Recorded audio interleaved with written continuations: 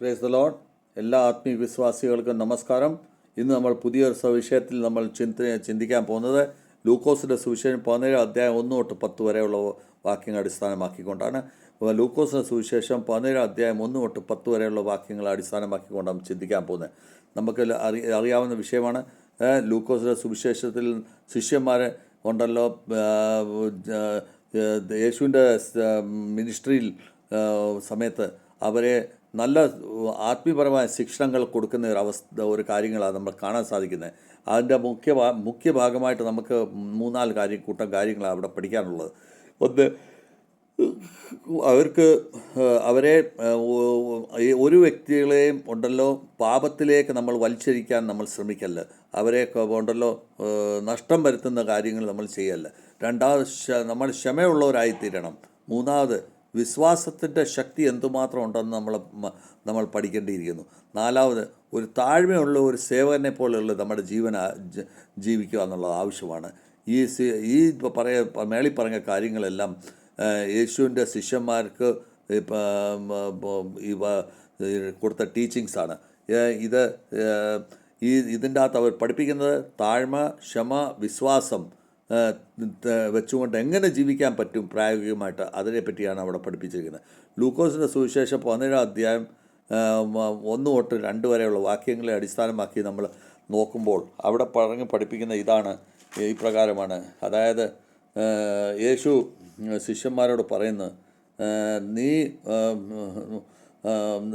മറ്റുള്ളവരെ വേദനപ്പെടുത്തുന്ന രീതിയിൽ അവരേക്ക് പാപത്തിലേക്ക് അവരെ അഴിച്ചുവിടുന്ന കൊണ്ടുവരാനായിട്ട് ശ്രമിക്കുന്ന ഒരു രീതിയാണെന്ന് അങ്ങനെ കാണാൻ പാടില്ല. പല മനുഷ്യർ അങ്ങനെ ആ ഒരു രീതിയിലാണ് ഇന്നത്തെ കാലത്ത് പൊയ്ക്കൊണ്ടിരിക്കുന്നത്. അതുകൊണ്ട് ഈ ചെറിയ ഒരു വ്യക്തിയുടെ ജീവിതത്തിൽ നമ്മൾ അവരെ പാപത്തിലേക്ക് അഴിച്ചുവിടുകയെന്നും അല്ലെങ്കിൽ അവരുടെ പാപം നഷ്ടപ്പെടുത്താനായിട്ട് നമ്മൾ ശ്രമിക്കുന്നുണ്ടെങ്കിൽ നമ്മൾ വിചാരിച്ചോണം, നമ്മൾ അവരുടെ കഴുത്തേൽ വലിയൊരു കല്ല് കെട്ടി അവരെ സമുദ്രത്തിൽ തള്ളിയിടുന്ന പോലാണ് എന്നുള്ളത് മനസ്സിലാക്കണം. അതിൻ്റെ ശിക്ഷ നമുക്ക് കിട്ടുകയും ചെയ്യും എന്നാണ് പറയപ്പെടുന്നത്. അപ്പോൾ നമ്മൾ ഇവിടെ മനസ്സിലാക്കേണ്ട ഇതാണ്, ഒരു വിശ്വാസപരമായ ജീവിതം നമ്മൾ ജീവിക്കണമെന്നുണ്ടെങ്കിൽ മറ്റുള്ളവരുടെ വിശ്വാസത്തിനെ ചെറുതാക്കാനായിട്ട് നമ്മൾ ശ്രമിക്കല്ല. അത് നമുക്ക് ജീവിതത്തിൽ നഷ്ടമായിത്തീരും എന്നാണ് പറയപ്പെടുന്നത്. മത്തായിയുടെ സുവിശേഷം 18 അധ്യായം 6 വാക്യത്തിൽ പറയുന്ന കാര്യങ്ങൾ തന്നെയാണ് അവിടെയും പറയപ്പെടുന്നത്. അപ്പോൾ നമ്മുടെ ജീവിതത്തിൽ നമ്മളെ കൊച്ചു പിള്ളേരെ പറ്റി നമ്മൾക്ക് അവിടെ കാണാൻ സാധിക്കുന്നത്. ഒരു വാക്കായിട്ടല്ല കൊച്ചു കുഞ്ഞുങ്ങൾ എന്ന് പറയുന്നത്, നേരെ മറിച്ച് വിശ്വാസത്തിൽ കൊച്ചായിരിക്കുന്നവരെയാണ് കൊച്ചു പിള്ളേരെ എന്ന് പറയുന്നത്. അങ്ങനെയുള്ള ആൾക്കാർ വിശ്വാസത്തിൽ ഒരു പക്ഷെങ്കിൽ പുതിയ ആൾക്കാരായിരിക്കും, പക്ഷേ അവരെ അവരുടെ വിശ്വാസം നഷ്ടപ്പെടുത്തുന്ന രീതിയിൽ അവരോട് ഇടപെടല്ല, അല്ലെങ്കിൽ അവരോട് പാപത്തിലേക്ക് അഴിച്ചുവിടല്ല. നമ്മൾ ഒരാളിനെ പാപത്തിലേക്ക് അഴിച്ചുവിട്ട് കഴിഞ്ഞാൽ, അല്ലെങ്കിൽ അവരെ ദോഷം ചെയ്തു കഴിഞ്ഞാൽ, അവരെ അതിനുവേണ്ടി പ്രേരിപ്പിച്ചു കഴിഞ്ഞാൽ, ഒരു തെറ്റായ കാര്യങ്ങൾ ചെയ്യാനായിട്ട് അവർക്ക് നമ്മൾ ശിക്ഷണം കൊടുത്തു കഴിഞ്ഞാൽ നമ്മളെ അത് ദൈവദോഷമായിട്ടാണ്. അത് തന്നെയല്ല, അത് ജീവിതകാലം മൊത്തം അവർക്ക് ഒരു തീരാനഷ്ടമായി തീരും. അത് നമുക്കും ഒരു ശാപമായി മാറും എന്നാണ് പറയുന്നത്. അങ്ങനെയുള്ള കേസുകൾ യേശു ക്രിസ്തു പറയുന്നത്, ഈ പറയുന്ന വചനങ്ങൾ മറ്റുള്ളവർക്ക് നഷ്ടം വരാത്ത രീതിയിൽ നമ്മൾ വേണം പ്രയോഗിക്കേണ്ടത്. അങ്ങനെ വന്നു കഴിഞ്ഞാൽ അങ്ങനെ വന്നാൽ ആ വിശ്വാസി മരിക്കുന്നതിന് തുല്യമായിരിക്കും എന്നാണ് പറയപ്പെടുന്നത്. അതുകൊണ്ട് നമ്മളെ വാർണിംഗ് തന്നിരിക്കുന്നത്, എന്നിൽ വിശ്വസിക്കുന്ന ഏതൊരു ചെറിയ വ്യക്തിയായിരുന്നാലും ശരി, അവരെ പാപത്തിലേക്ക് തള്ളിവിടാതെ അവരെ വിശ്വാസത്തിലേക്ക് കൊണ്ടുവരാനായിട്ട് ശ്രമിക്കണം. അങ്ങനെ വന്നു കഴിഞ്ഞാൽ അവരുടെ കഴുത്തിൽ ഉണ്ടല്ലോ വലിയൊരു കല്ല് കെട്ടി അവരെ സമുദ്രത്തിൽ തള്ളിയിടുന്ന ആയിരിക്കും അതിനെക്കാട്ടി നല്ലത് എന്നാണ് പറയപ്പെടുന്നത്. അപ്പം ഈ ഒരു സമുദ്രത്തിൽ തള്ളിയിടുന്ന ഒരു പ്രോവർബാണ് അത് പറയുന്നത്. അങ്ങനെ തള്ളിയിടുന്ന ആയിരിക്കും ഏറ്റവും നല്ലത്, ഒരു വ്യക്തിയുടെ വിശ്വാസം നഷ്ടപ്പെടുത്തുന്നതിനെക്കാട്ടി നല്ലത് എന്നാണ് പറയപ്പെടുന്നത്. അപ്പോൾ നമ്മൾ ഇതിനെ സംബന്ധിച്ച് റോമൻസിൻ്റെ പുസ്തകം 14 അധ്യായം 13 വാക്യത്തിൽ എന്താണ് പറയുന്നത് നമുക്ക് നോക്കാം. അവിടെ പറയുന്നത് നമ്മൾ പരസ്പരം അങ്ങോട്ടും ഇങ്ങോട്ടും ഓരോരുത്തരുടെ മണ്ടയിൽ കുറ്റം പറയുന്ന ഇത് വരാൻ പാടില്ല. നമ്മൾ നേരെ മറിച്ച് അവരുടെ ഹൃദയത്തിൽ നമ്മൾ ബുദ്ധിമുട്ടുണ്ടാക്കുന്നതും അല്ലെങ്കിൽ അവരെ കല്ലെറിയുന്ന മാതിരി അവരുടെ പാപത്തിലേക്ക് അഴിച്ചുവിടുന്ന ഒരു ജീവിതമാക്കി മാറ്റല്. അങ്ങനെ നമ്മൾ ചെയ്തു കഴിഞ്ഞാൽ അത് ശരിയല്ല എന്നാണ് പറയപ്പെടുന്നത്. അതിന് നമുക്ക് അതിൽ മനസ്സിലാക്കാൻ സാധിക്കുന്നത് അതായത് മഷീ ജീവിതം നമ്മൾ യേശുക്രിസ്തുവിലേക്ക് നമ്മൾ ജീവിതം ചെയ്യുമ്പോൾ ന്യായം വിധിക്കാൻ മറ്റുള്ളവരെ നമുക്ക് അവകാശമില്ല. ഈ സ്ഥലത്ത് പൗലോസ് അപ്പോസ്തലൻ പറയുന്നത് ഒരു ക്രിസ്ത്യാനിയായ ഒരു വ്യക്തിയുടെ സ്വാതന്ത്ര്യം ഉണ്ടെന്ന് പറഞ്ഞുകൊണ്ട് മറ്റുള്ളവരുടെ സ്വാതന്ത്ര്യത്തിൽ കൈകടത്തി വിശ്വാസത്തിനെ അവരുടെ നഷ്ടപ്പെടുത്തുന്ന ഒരു അവസ്ഥയിൽ, അല്ലെങ്കിൽ വിശ്വാസത്തിൽ അവർക്ക് തടസ്സം വരുത്തുന്ന ഒരു അവസ്ഥയിൽ നമ്മൾ ജീവിക്കുന്നത് ശരിയല്ല. അങ്ങനെ വന്നാൽ ദൈവദോഷം ഉണ്ടാവും എന്നാണ് പറയപ്പെടുന്നത്. നേരെ മറിച്ച് നമ്മൾ സ്നേഹത്തിൻ്റെയും കൂട്ടായ്മയുടെയും ജീവിതം ജീവിക്കാനായിട്ട് അവരെ പ്രേരിപ്പിക്കണമെന്നാണ് പറയപ്പെടുന്നത്. ഇത് നമ്മളെ ജീവിതത്തിൽ ഉണ്ടല്ലോ, നമ്മളെ നയിക്കുന്ന ലീഡർഷിപ്പ് എടുക്കുന്ന നമ്മുടെ അച്ഛനായാലും തിരുമേനിയായാലും മറ്റുള്ള പാസ്റ്റർമാരായാലും അവരൊക്കെ ഉണ്ടല്ലോ, നമുക്കൊരു മാതൃകപരമായിട്ടുള്ള ജീവിതത്തിൽ അവർ ജീവിക്കണമെന്നാണ് അവിടെ പറയപ്പെടുന്നത്. രണ്ടാമത്തെ കാര്യം ലൂക്കോസ് സുവിശേഷം 17 അധ്യായം 3 തൊട്ട് 4 വരെ അവിടെ ക്ഷമയുള്ള ജീവിതമായി തീരണമെന്നാണ് നമ്മൾ പറയപ്പെടുന്നത്. നമ്മളവിടെ കാണപ്പെടുന്നത് എൻ്റെ സഹോദരനോടെ കുറ്റങ്ങളെ നീ മനസ്സിലാക്കി അവരെ നീ ക്ഷമിക്കാനായിട്ട് നീ ബാധ്യസ്ഥരാണ്. ആ ക്ഷമയുള്ളവനായി തീരണം. അങ്ങനെ ക്ഷമയുള്ളവനായി തീരുന്നാൽ 7 പ്രാവശ്യമല്ല 70 പ്രാവശ്യം നീ അവനെ ക്ഷമിക്കണം. അങ്ങനെ അത് ക്ഷമയുള്ളവരായി തീരുമ്പോൾ അവൻ പശ്ചാത്തപിച്ച് നമ്മുടെ അടുത്ത് വന്നാൽ നമ്മൾ ക്ഷമിക്കണമെന്നാണ് അവിടെ പറയപ്പെടുന്നത്. നമ്മൾ ഇതിൻ്റെ അകത്ത് കാണാൻ സാധിക്കുന്ന നമ്മുടെ ജീവിതത്തിൽ ഒരു സഹോദരനെ എപ്പോഴും ശ്രമിച്ചുകൊണ്ടിരിക്കുക എന്നുള്ളതാണ് നമ്മൾ പറയുക. അങ്ങനെ ഉണ്ടെങ്കിൽ യഹോവ നമ്മളോട് അത്രയും പെട്ടെന്ന് നമ്മളോട് ക്ഷമിക്കത്തുള്ളൂ. അല്ലെങ്കിൽ നമ്മൾ ക്ഷമ കാണിച്ചില്ലെങ്കിൽ മറ്റുള്ള യഹോവയിൽ നിന്ന് നമുക്ക് ക്ഷമ ആവശ്യപ്പെടാൻ നമുക്ക് അവകാശമില്ല. പലവട്ടം നമ്മൾ ഇത് മത്തായിയുടെ സുവിശേഷം 18 അധ്യായം 21-22 നമ്മൾ ഇതിനെപ്പറ്റി നമ്മൾ വായിക്കുമ്പോൾ നമുക്ക് ഒരു നിർദ്ധനായിട്ടുള്ള ഒരു സേവകൻ്റെ ദൃഷ്ടാന്തമാണ് അവിടെ കാണുന്നത്.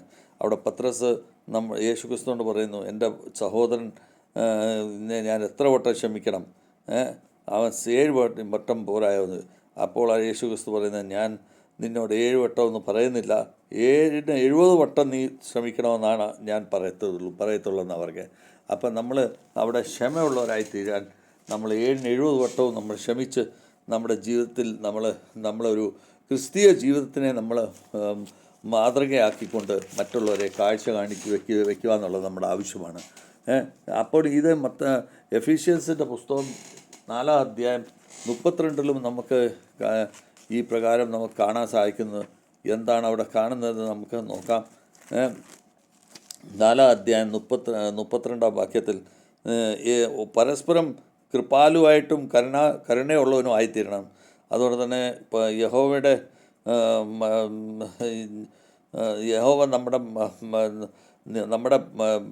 അപരാധങ്ങൾ എത്ര നമ്മൾ ക്ഷമിക്കുന്നു, അതേ രീതിയിൽ തന്നെ നമ്മൾ മറ്റുള്ളവരുടെ അപരാധങ്ങളും ക്ഷമിക്കാൻ നമ്മൾ ബാധ്യസ്ഥരാണ് എന്നാണ് നമ്മുടെ ആ വാചനത്തിൽ പറയുന്നത്.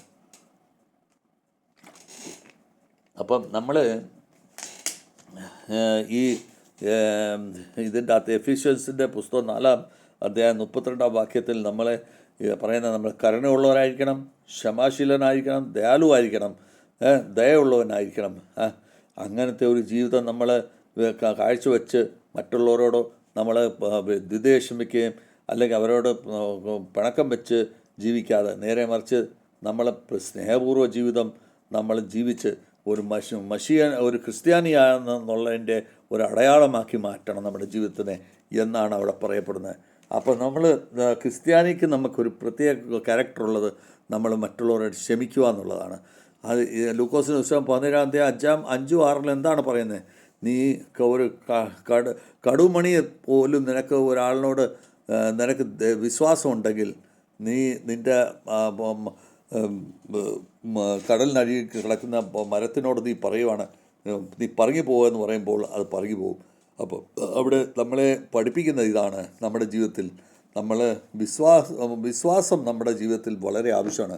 ആ വിശ്വാസമുള്ള ജീവിതം നമ്മളെ നമ്മുടെ ജീവിതത്തിനെ ബലപ്പെടുത്തി നമ്മൾ എങ്ങനെ ജീവിക്കാൻ പറ്റും എന്നുള്ളതാണ് നമ്മളെ അവിടെ ബോധവൽക്കരണം ചെയ്യുന്നത്.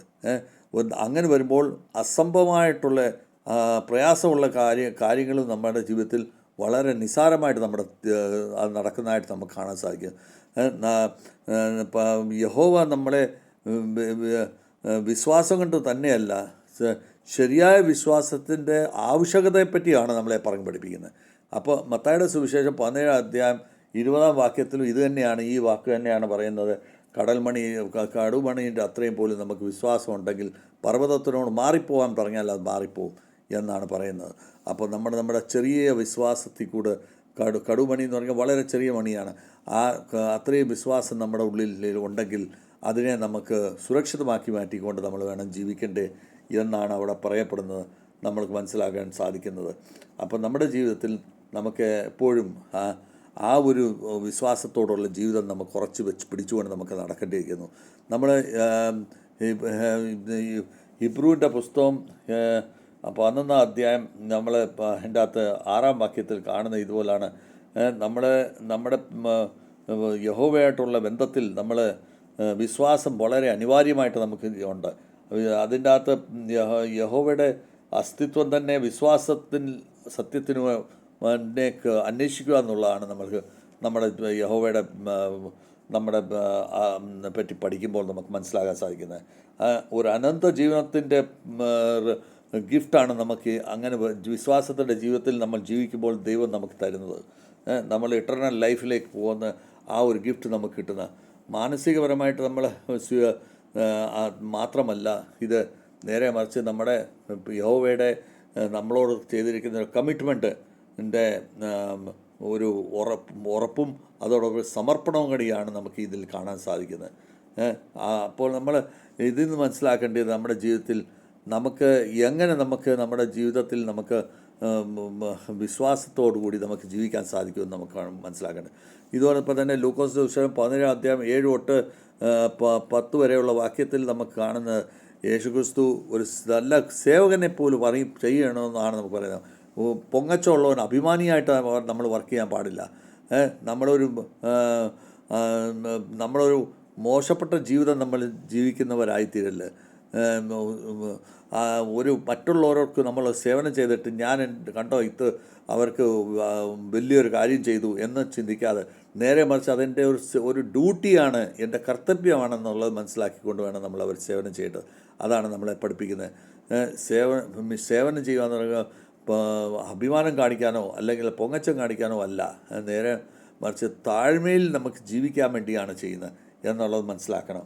നമുക്ക് 1 പത്രോസ് 5 അധ്യായത്തിൽ 5 നമുക്ക് എന്താണ് അവിടെ യുവാക്കന്മാരെ പ്രായമുള്ളവരുടെ അധീനതയിൽ നിന്നുകൊണ്ട് അവർക്ക് റെസ്പെക്റ്റ് ചെയ്യാനും അവരെ താഴ്മയിൽ ജീവിക്കാനായിട്ടാണ് നമ്മളെ പഠിപ്പിക്കുന്നത്.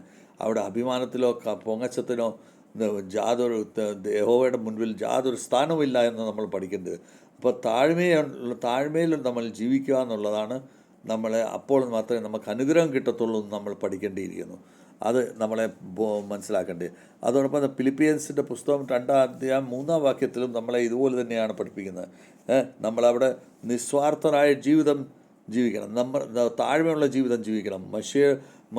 അപ്പോൾ മാത്രമേ ക്രിസ്ത്യാനികളുടെ യൂണിറ്റിയിൽ കൂടി ജീവിക്കുന്നതിൻ്റെ ഒരു യഥാർത്ഥ മന്ത്രം അവിടെ വെച്ചാണ് നമുക്ക് കിട്ടുന്നത്.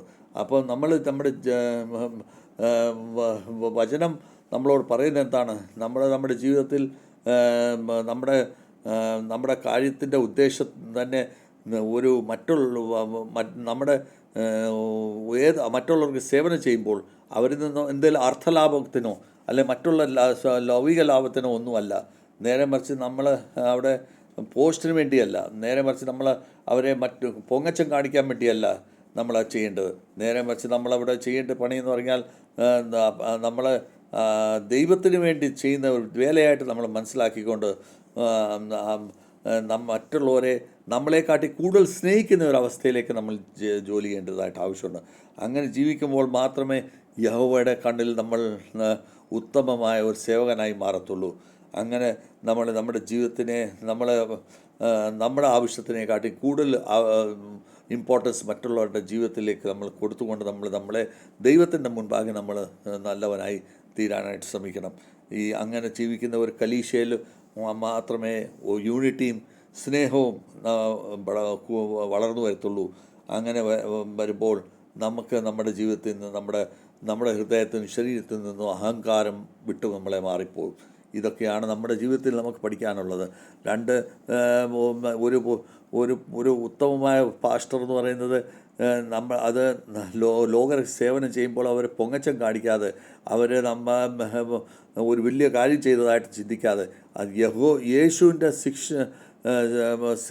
സേവയാണ് ചെയ്തിരിക്കുന്നത് എന്നുള്ള ചിന്തിച്ച് അവർ നമ്മളെ സേവനം ചെയ്യുക എന്നുള്ളത് ആവശ്യമാണ്. അല്ലാതെ ഈ പൊങ്ങച്ചം കാണിച്ചു കഴിഞ്ഞാൽ അത് യേശുവിൻ്റെ മിനിസ്ട്രി ഓഫ് ഹെൽപ്പിൻ്റെ എഗനസ്റ്റായിട്ടാണ് അവർ പോകുന്നതെന്നുള്ളത് അവർ മനസ്സിലാക്കേണ്ടിയിരിക്കുന്നു. അപ്പോൾ നമ്മളിതിൻ്റെ പറ്റി ഒരു കഥ വായിക്കുമ്പോൾ 2 ചർച്ചിൽ സേവകന്മാരുണ്ട്. ഒരുത്തൻ ഉണ്ടല്ലോ പൊങ്ങച്ചം കാണിച്ച് അവിടെ സേവ ചെയ്യും, എല്ലാവരും പണി ചെയ്യുമ്പോൾ ഞാൻ നിന്നത് ചെയ്തു, ഞാൻ മറ്റേത് ചെയ്തു, മറിച്ച് ചെയ്തു. വേറെ ഒരുത്തനുണ്ടോ മിണ്ടാതിരുന്നു കൊണ്ട് അവൻ സേവ ചെയ്തുകൊണ്ടിരുന്നു. അപ്പോൾ ആ ചർച്ചിലുള്ളവർ തന്നെ രണ്ടാമതുള്ള ആ സേവകനെ വിളിച്ച് അവനെ ഗിഫ്റ്റ് കൊടുക്കുകയും അദ്ദേഹത്തിനെ ആദരിക്കുകയും ചെയ്തു. അപ്പം ആദ്യത്തെ ആളിന് എന്തുകൊണ്ട് കിട്ടിയില്ല എന്ന് പറഞ്ഞു കഴിഞ്ഞാൽ അവന് താഴ്മയില്ലാത്തവനായിരുന്നു. അതോടൊപ്പം തന്നെ അവനെ പൊങ്ങി കാണിക്കുന്ന ഒരവസ്ഥയായി. അപ്പം യഹോവ എപ്പോഴും നമ്മളെ താണു നിൽക്കുന്നവരെ മാത്രമേ പൊക്കാനായിട്ട് ശ്രമിക്കത്തുള്ളൂ എന്ന് നമ്മൾ മനസ്സിലാക്കേണ്ടിയിരിക്കുന്നു. ഇന്ന് നമുക്ക് പഠിക്കാൻ കിട്ടേണ്ട ഇതുകൊണ്ട് ഒരു യഥാർത്ഥ സേവകൻ്റെ ജീവിതം എങ്ങനെ ആയിരിക്കണം, മറ്റുള്ളവരുടെ ജീവിതത്തിൽ പാപം വലിച്ചു കയറ്റി വയ്ക്കാനായിട്ട് നമ്മൾ ശ്രമിക്കല്ലേ എന്ന് നമ്മൾ പഠിക്കേണ്ടിയിരുന്നു. അത് കഴിഞ്ഞ് നമ്മൾ ക്ഷമയുള്ളവരായി തീരണം. ചെറിയ ഒരു വിശ്വാസത്തിൽ ആയിരുന്നാലും അതിനെ മുറുക്കി പിടിച്ചുകൊണ്ട് അതൊരു പവർഫുൾ വിശ്വാസമാക്കി മാറ്റിയെടുക്കാൻ ശ്രമിക്കണം. നമ്മൾ മറ്റുള്ളവർക്ക് സേവനം ചെയ്യുമ്പോൾ താഴ്മയോടുകൂടി നമ്മൾ സേവനം ചെയ്യാനായിട്ട് പഠിക്കണം. അതാണ് നമ്മുടെ ജീവിതത്തിൽ പഠിക്കേണ്ടത്. 27ാമത്തെ ഈ വലിയൊരു ഉപവാസത്തിൻ്റെ ദോസി നമുക്ക് മനസ്സിലാക്കേണ്ടി ആത്മീയപരമായി നമ്മളെ തന്നെ നമ്മൾ പരിശോധിക്കുക വരുമ്പോൾ നമുക്ക് നമ്മൾ ജീവിക്കുമ്പോൾ നമ്മുടെ ആത്മാവിൽ എങ്ങനെ നമ്മൾ പരിവർത്തനം ചെയ്യണം. ഞാൻ മറ്റുള്ളവരെ പാപത്തിൽ അഴിച്ചുവിടാനായിട്ട്, പാപത്തിൽ ബുദ്ധിമുട്ടിപ്പിക്കാൻ, അവരെ ജീവിതത്തിൽ നശിപ്പിക്കാനായിട്ട് ഞാൻ എന്തെങ്കിലും ശ്രമിക്കുന്നുണ്ടോ എന്നും കൂടെ നമ്മൾ ചിന്തിക്കേണ്ടിയിരിക്കുന്നു. അതുപോലെ മറ്റുള്ളവർക്ക് ദുഃഖം കൊടുത്തും അവരെ ക്ഷമിക്കാതിരിക്കാനും ഞാൻ ശ്രമിക്കുന്നുണ്ടോ എന്ന് നമ്മൾ ചിന്തിക്കേണ്ടിയിരിക്കുന്നു. യഹോവയുടെ വിശ്വാസത്തിൽ മുറുക്കി പിടിച്ചുകൊണ്ടാണോ ഞാൻ ജീവിക്കുന്നത് എന്ന് നമ്മൾ ചിന്തിക്കേണ്ടിയിരിക്കുന്നു. അതുപോലെ ഒരു സേവനായിട്ട് നമ്മൾ ദൈവത്തിന് വേണ്ടി വേല ചെയ്യുന്നവരായി ആണോ മറ്റുള്ളവരെ സേവിക്കുന്നത് എന്നും കൂടി നമ്മൾ ചിന്തിക്കേണ്ടിയിരിക്കുന്നു. ഇതിനെല്ലാം ഈ മേളിൽ പറഞ്ഞ വചനങ്ങളെല്ലാം എൻ്റെ ജീവിതത്തിൽ മറ്റുള്ളവരെ പാപത്തിലേക്ക് അഴിച്ചുവിടാനും പാപത്തിലേക്ക് അവരെ ബുദ്ധിമുട്ടിപ്പിക്കാനും ആയിട്ട് എനിക്ക് ആയിത്തീരല്ലേ എന്ന് നമ്മൾ പ്രാർത്ഥിക്കേണ്ടതാണ്. ഇന്ന് ഞാൻ ക്ഷമയുള്ള ഒരു ഹൃദയമായി എൻ്റെ തീരണമെന്ന് നമ്മൾ പ്രാർത്ഥിക്കേണ്ടതാണ്. എൻ്റെ വിശ്വാസം വളർന്നു കിട്ടട്ടെ എന്ന് നമ്മൾ പ്രാർത്ഥിക്കേണ്ടവരാണ്. ഇന്ന് എൻ്റെ ജീവിതം ഒരു ഉത്തമമായ താഴ്മയുള്ള ഒരു സേവകനായി തീരട്ടെ എന്ന് നമുക്ക് പ്രാർത്ഥിക്കേണ്ടവരാണ്. ലൂക്കോസിൻ്റെ സുവിശേഷം 17 അധ്യായം 1 തൊട്ട് 10 വരെയുള്ള നമുക്ക് നമ്മളെ പഠിപ്പിക്കുന്നത് ഒരു യഥാർത്ഥ ക്രിസ്ത്യാനി മറ്റുള്ളവരെ എങ്ങനെ ക്ഷമിക്കുന്നു, അല്ലെ മറ്റുള്ളവരെ പാപത്തിൽ എത്തിക്കാതെ അവരെ വിശ്വാസത്തിൽ കൊണ്ട് നടക്കാനായിട്ട് സാധിക്കുന്നു. അത് താഴ്മയുള്ളൊരു ജീവിതം അവർ ജീവിക്കാനായിട്ട് നോക്കുന്നു. ആ ജീവിതം നമ്മളും നയിക്കുന്നുണ്ടോ, അതുകൊണ്ട് നമ്മുടെ കലീശയ്ക്ക് പ്രയോജനപ്പെടുന്നുണ്ടോ, നമ്മുടെ കുടുംബത്തിന് പ്രയോജനപ്പെടുന്നുണ്ടോ എന്നെല്ലാം ചിന്തിക്കേണ്ടതും നമ്മൾ മനസ്സിലാക്കി നമ്മുടെ ജീവിതത്തിൽ അത് നമ്മൾ പ്രാബല്യത്തിൽ കൊണ്ടുവരിക എന്നുള്ളത് നമ്മുടെ ആവശ്യമാണ്. ഇത് നമുക്കെല്ലാവർക്കും ദൈവം നമ്മളെ ഈ നോയമ്പ് സമയത്ത് അനുഗ്രഹിക്കട്ടെ എന്ന് പ്രാർത്ഥിച്ചുകൊണ്ട് എൻ്റെ വാക്കുകൾ ചുരുക്കുന്നത്. God bless to all.